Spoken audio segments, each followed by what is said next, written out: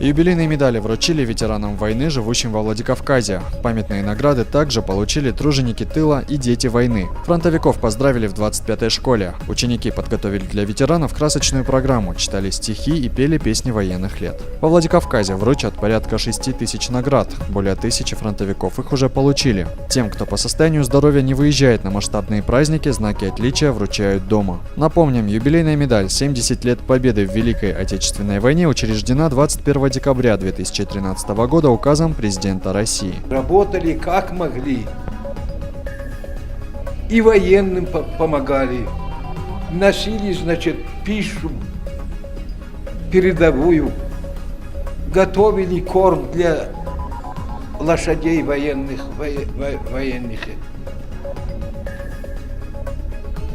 Возили, с передового больных, раненых в больницу. Вот эти вот, а после того, как погнали отсюда фашистов,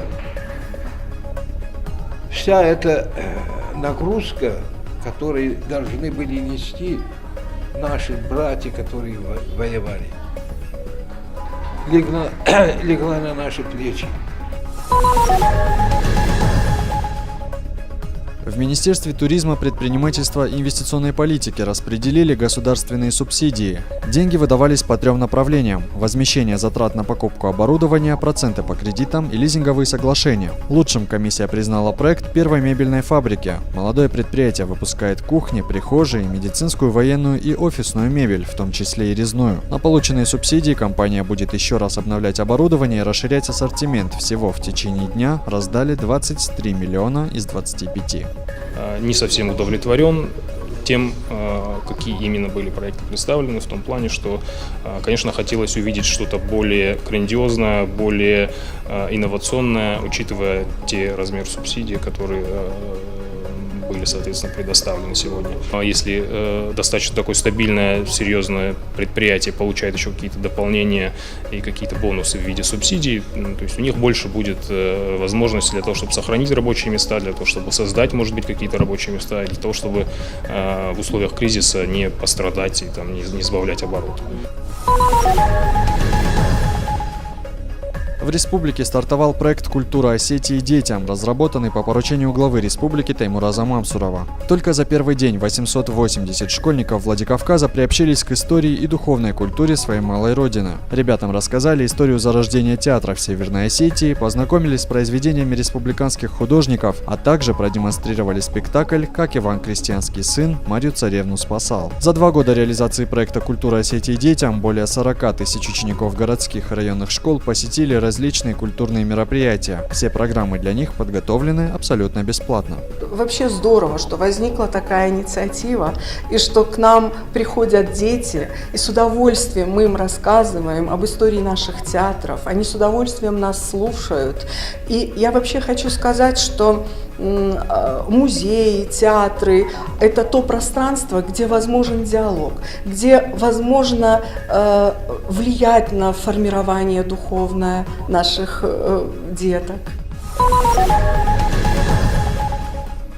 В поселке Корца воспитанники детского сада продемонстрировали знания правил дорожного движения сотрудникам ГИБДД.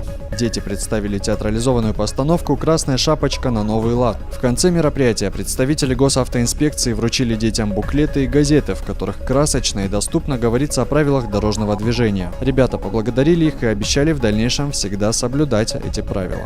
Дети в таком раннем возрасте, изучая уже правила дорожного движения, в будущем, когда вырастают, уже будут понимать более проблематику безопасности дорожного движения и, самое главное, поведение на дороге и культура вождения транспортного средства и безопасного нахождения на дорогах.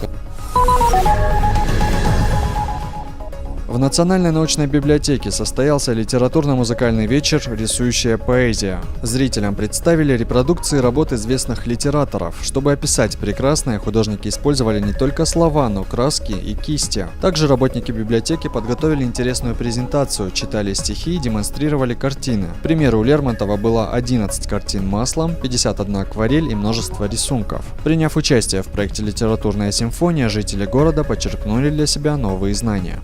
Как известно, многие выдающиеся поэты рисовали, и второе их предназначение, художественное, очень большую роль сыграло в их творческой биографии и значительно обогатило их палитру. Это, допустим, Сергей Городецкий, Велимир Хлебников, Андрей Белый, Александр Блок, ну, Максимилиан Волошин, всем известный, наверное, конечно, художник.